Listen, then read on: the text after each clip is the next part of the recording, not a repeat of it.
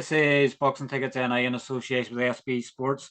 We're delighted to be joined by a stranger to the channel. We haven't spoke to him in nearly a year, but delighted to join once again with Cain Lewis. How are you, mate? Oh, good, yeah. Keeping well. How are you? Oh, it's fantastic. Keeping busy in the Western Front. Yeah, I was just saying to you before we started, it's nearly been a year since I've interviewed you. I interviewed you yeah. on your 19th birthday last year down in Pete Taylor's gym, and you're coming up to your 20th birthday. I guess obviously, how's things been? I know you've obviously fought twice, obviously since then. You're obviously now 3-0 and one draw. How's things with you in general? All good? Oh, good, yeah. Keeping well. I know it's been a year since our last interview, but I think I got out once since that. I think What? I got out since that, Twice? and yeah, oh, twice. Sorry, Twice. twice since that. Twice since that, and it's been a tough year, with not getting out that much and stuff. But I'm always in the gym ticking away. I was glad to end the year with a good fight, so I'm looking to make a bigger year this year and get a lot more fights in the bag and stuff. But I'm always ticking away in the gym. I'm always training. Still young, so just keep ticking away and keep the head down in the meantime. That's pretty much it, sort of in a nutshell. You're still only Yeah, 19. You've had four pro fights. You've probably had more experience probably in them four fights than probably, a lot of people will have, probably anybody that sort of follows boxing remembers obviously your fight in the Ulster Hall where you were dropped twice and yeah, and obviously you're probably young young person, but obviously old and experienced at the fact that you were able to battle back and get a draw. I guess for you, it's probably it's in the ring where you can show your improvements, and you've had two wins obviously since, and you haven't lost a round. You obviously fought Sima. See some of these names, I think they put them out there in yeah, badness for me. uh, uh, Simas Felinius in Bolton. Um, yeah, 2 weeks, pretty much 2 weeks after your 19th birthday, and then obviously you ended it in December in Coventry. So I guess in some ways, sort of 2022 wasn't a disaster year for you in a way. You've sort of doubled your fights now as a pro. How do you yeah. feel that you're sort of adjusting obviously to the pros now that you're a year and a half boxing now? Yeah, just about a year and a half boxing now. I'm settling into it well. I'm learning more about the game, and I'm in the gym. I'm working on different things, especially after my second fight where I got put down twice. That was a big learning curve for me. That was I probably learned more in that fight than nearly my whole career. Like just by getting put down twice and coming back up and just different things in that fight. It was a big shock to me, because it's never happened to me before. So it was a big shock. And since that, I've been learning, slowing things down, working on different things. And the program's not all sunshine and rainbows all the time. Like as you said, I've only been out twice this year. But saying that, I've been working all the time. I've been sparring the likes of Jazzy Dickens and that. I've been sparring world champions, sparring Sean McComb. I've been getting top class sparring. And I'm always in the gym. I'm always working. So just because I'm not fighting doesn't mean I'm not learning and I'm not improving. So I love training and I love being in the gym. And so I'm improving well and I'm working well and I'm adjusting to the pro game well, especially sparring these lads like Jazzy Dickens. Like I'm in against top class sparring. I'm getting the best experience I'm gonna get with Jazzy Dickens, So I know this year I'm just looking forward to step up a level, and maybe step up the rounds as well and just continue going forward the way I am. When you sort of look back, obviously in 2021 and say getting obviously dropped and everything else, when you sort of guess when you look back on it in hindsight, was it probably I guess because you were new, you were 18 at the time, was it Yeah. more about I guess everybody wants to try and make an impression in boxing and sometimes, going out for the big knockouts and everything else. When you sort of look back on it, is that probably how it feels to you? The fact that you wanted to perform, you want to obviously get big contracts, you want to get noticed. Everybody likes the attention, everything else with boxing. That's how you make it sometimes. Was it fair to say, probably looking back, probably that's maybe what it was? You wanted to put on a big top class performance for everybody. Yeah, I think so. I went out the first round and I kind of went that out. I didn't take my time. I went straight into it. Started letting the shots go. I didn't really stand back and pick shots and slow things down, which was kind of an amateur mistake in a way as well. And especially being 19, I was actually 18 at the time for that fight. Especially being 18 and in against a lad who's 31 years of age. the power is going to be different. He has his man strength. I'm still a kid, you know, and it's something I didn't realize. I'm wearing the 8-ounce gloves, and I just ran in, you know, and tried to perform basically in front of a big crowd as well, and I got put down twice, and that was a shock. And then I had to just I had to change my game up then for the rest of the fight, but I learned a lot from that fight, and it was a great experience for me, you know. It done a lot for me, and I'll never make that mistake again. I can assure you that anyway. Obviously, from seeing your fights, obviously since like it's particularly your fight in December in Coventry, it probably looked in a way, you know, that eagerness. You know, like I know it was another 4 rounder, but Yeah, you looked very very energetic. You looked as if you were always on the go, as if you could have done more rounds. But 100%. I guess at 19 years of age, there's no point rushing it. You know, as you've seen it, if you rush it, things can go wrong. Do you sort of feel now, sort of coming into 2023, that you maybe ready for stepping up these 6 rounds, or where's the sort of mindset on that at the moment? Yeah, 100%. You know, I actually wanted to step up a 6 rounder from my last fight. That's what I was looking for. But there was it was kind of mixed up because the card I was actually originally meant to be on that got cancelled. So luckily, my manager made a few phone calls for me and got me on another card last minute, thanks to them. And I had to fly over the same day. I was boxing. It was the same day weighed in the same day, boxed the same night. But it was kind of all over the place. But I was looking for a 6 rounder, but a lot of fighting said, "Look, we wanted a 4 rounder because the weight there was we kind of weighed in at a heavier weight as well due to the circumstances, you know. So I done the 4 rounds, but I was able for the 6 rounds. That's what I wanted, and I think that's why I fought the fight at a faster pace because I knew I had it in me. So I kind of stepped it up a little bit, you know, because I wanted to get the most out of that fight. So and I knew by going in there after the first round, I says I can step it up, I can put the pressure on, I can let my shots go. So that's what I done for that fight, you know. Is that probably fair to say? Probably that's the best performance as a pro so far. You know, the sort of, you know, the hit and don't get hit sort of thing. I guess the only sort of thing you still having to phase with some of the opponents. Obviously, the repeat. Obviously, I think your opponent was deducted a point for spitting the gum shield out. Is that the things you just have to get used to, and you just have to sort of forget as you're sort of learning the trade in the sport? Yeah, that's what happens, you know. You have to learn as you go. But yeah, he's passed Gumshield out a few times. He got a point that took it from him. But I think if it was a 6 round, I think I could have took him out of there. But um, unfortunately, I didn't. And but I don't mind, you know. I like getting the rounds in. I like getting the experience in, and I like a good fight as well. So, but he's passed Gumshield out a few times. He got a point deducted for him. But that's experience to him, you know. He knows what he's doing. He knows how to survive. I think he had something like 98 fights or something, you know. So he's been in there a long time. He's been around a long time, and he knows how to survive in there. So it's just a matter of boxing, and it is what it is, you know. But it was a good fight, you know. I enjoyed every bit of it, and I did. I went out and I put on a good performance. I was glad to end the year with a good performance like that, you know. I guess your opponent looked fast to say that was a 92nd fight, you know, 97.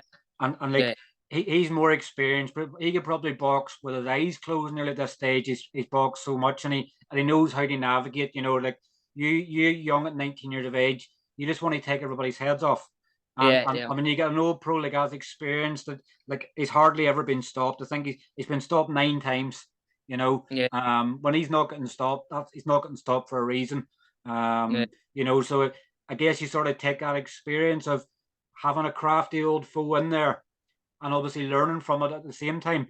How is obviously things obviously adapting obviously with Vernon obviously obviously anybody who doesn't know Vernon's obviously John O'Carroll's father. How's that sort of relationship building with Vernon? I guess after your draw, you probably might listen to him a bit more. Would that be yeah. right in saying?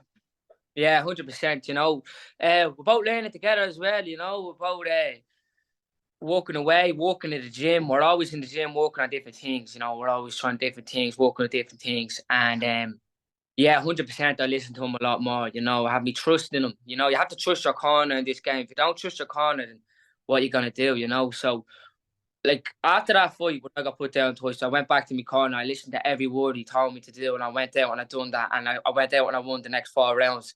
Which if I didn't listen to him, God knows what would have happened, you know. But like before that fight, he told me go out there, take your time, watch. But I was just a bit eager, you know, being young and just my second fight in a big crowd, I was eager to get out there. But I've learned from that, so I'll never not listen to him again. And so but yeah, we're learning together and we're working on different things, and we're adapting well to the game, and I can see myself getting better and better and better every day, and that's what it's about. I guess with the start you had, obviously fighting in two common cards, obviously fighting in the Fela and then obviously fighting in the Ulster Hall. Did they then sort of take a sort of step back, sort of in the smaller hall circuit? Probably, as not so many people know you. There's not so many people that will. You can obviously hear a voice in the crowd and go, I feel like I'm at home. How did you find that adjustment? Obviously, fighting over in England, is it just the same? It's just a boxing ring. It's just another guy with a set of gloves. Was it sort of a bit of realization? I guess another side of boxing you may not have seen in the pro game. Yeah, a little bit, yeah, but the way I think of it, like once I'm in the ring, everything else goes out the window for me, everyone gets a little bit of nerves walking out in the change rooms, all that kind of stuff. But once you're in the ring and you touch gloves and that bell rings, everything's out the window and you're just focused, all the crowd, all that stuff goes out the window. You're not thinking about any of that stuff. All you're thinking about it's you and him in there, and that's it. That's all it is. So in that line, like if I'm in from the likes of the Conlon show and then stepping back, being around the venues and that, all that kind of stuff's different, But as soon as I'm in the ring, nothing changes. It's the same thing, It's me and him in there, and it's me and him, and that's it, So nothing changes when you're in there, just fully focused. And I guess obviously, it was a busy year for obviously Irish boxing last year. Obviously after the pandemic and everything else, I think we had eight professional cards. Obviously 7 in Belfast and obviously one in Dublin.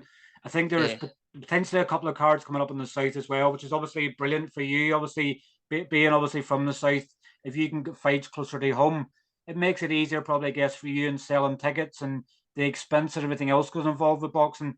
Is that, I guess, probably maybe one of the aims of 2023 is maybe to fight closer to home? Yeah, I'd love to get out closer to home, I'd even love to get out in Dublin because it's close to home and all my friends and family can come. I could sell me tickets, I could put on a good show. That's something I'd love to do, I'd love to get out. I'd love to get out down, especially Dublin. I'd love to get out in Dublin. That'd be great for me, especially down the south. I'd love to do that, yeah.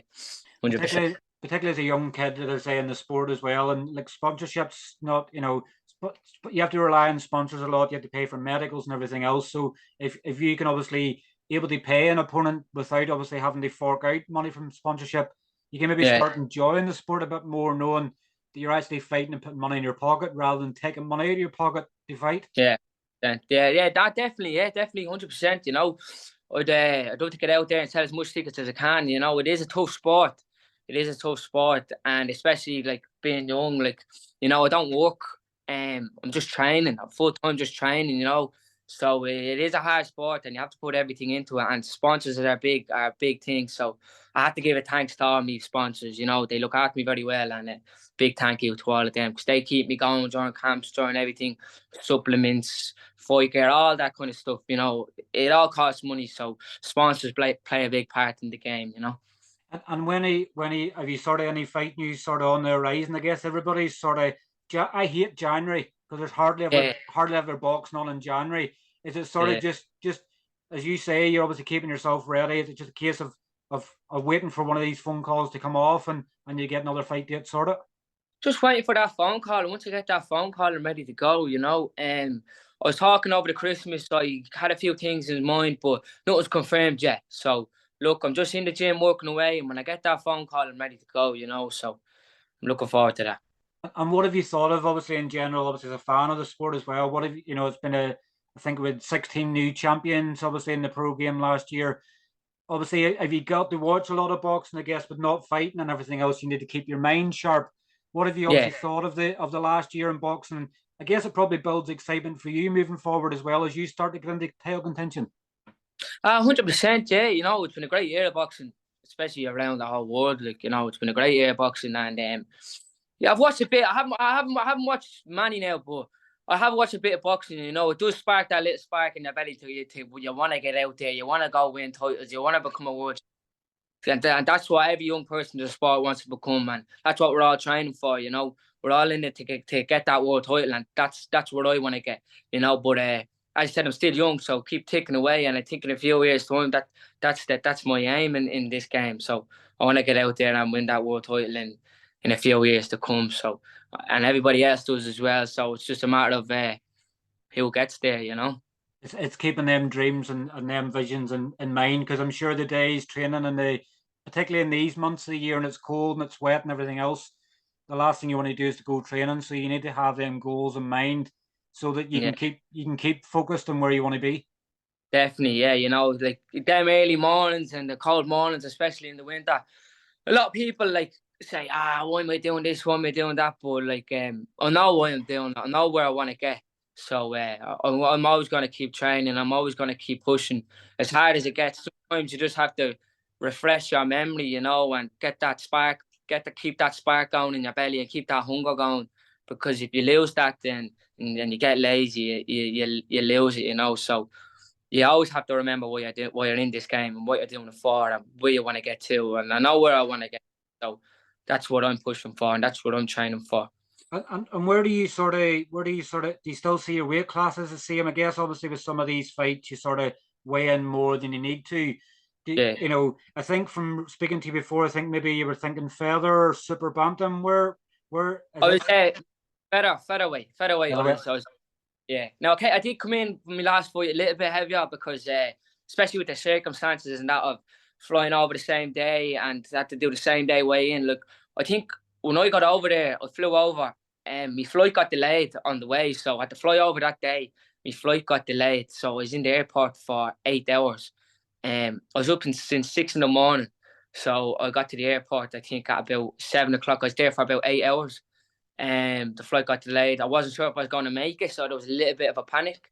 Got over there, got to the hotel, dropped my stuff off, got to the venue, weighed in straight away at the venue, and then I had to stick around the venue because I was first up. I couldn't go back to the hotel. Got a little bit of food into me and that, and then I think about 2 hours later I got in and fought. So in them kind of circumstances, I came in a little bit heavier because of the day that was in it. But yeah, looking forward, I think in around featherweight, you know. But I'm growing as well. I'm getting bigger. So featherweight, super featherweight. I'm still learning about my body, but featherweight, I'm thinking, yeah. I guess obviously the reason I sort of ask is obviously there's a lot of young featherweights obviously in Irish boxing. Obviously with obviously a Yeah. couple of BA Celtic fights obviously last year. Obviously Liam Gaynor and Yeah. Colin Murphy and Rudy Farrell. So I guess probably maybe not you're not sort of looking to call anybody out, but you've sort of maybe fighters in mind for maybe going down Irish title routes maybe towards Just, the end of the year, things like that. yeah, there's some good fights for the future, you know. There's a lot of young prospects coming up in the game, and you know, I'm young as well, and we're all hungry, and we all want to get to that one place. So there's some good fights for the future, you know. Some good featherweights out there as well. So there we go for some good fights for the future. Yeah, yeah, 100%. Definitely would. But look, obviously, well, thank you once again, obviously, for coming on and having a chat with us. We'll obviously make sure we don't keep it as long the next time. Yeah. I was nearly going to message and tell you I'm maybe thinking of going to Dublin soon, but you would have probably had a GPS on, you would have tracked me there anyhow. Sorry. You would have probably had a GPS on and knew where I was, like that day in Dublin in Peachtree. Yeah, yeah. Yeah, You would yeah, find me. But yeah. obviously, enjoy your birthday. It's coming up, obviously turning 20. Appreciate it. And I'm sure we'll obviously catch up with you hopefully very soon. Hopefully you get some fight news soon for your birthday. Definitely, 100%, 100%. Hopefully, I get the fight news soon, and I'm ready to rock. That's it. Definitely. Well, listen, thanks very much for your time, Cain. And we'll catch up with you very soon. Thank you. Cheers, Cain. Take care. Have a good day. Thanks. Thank you. Bye-bye. Bye-bye. Bye.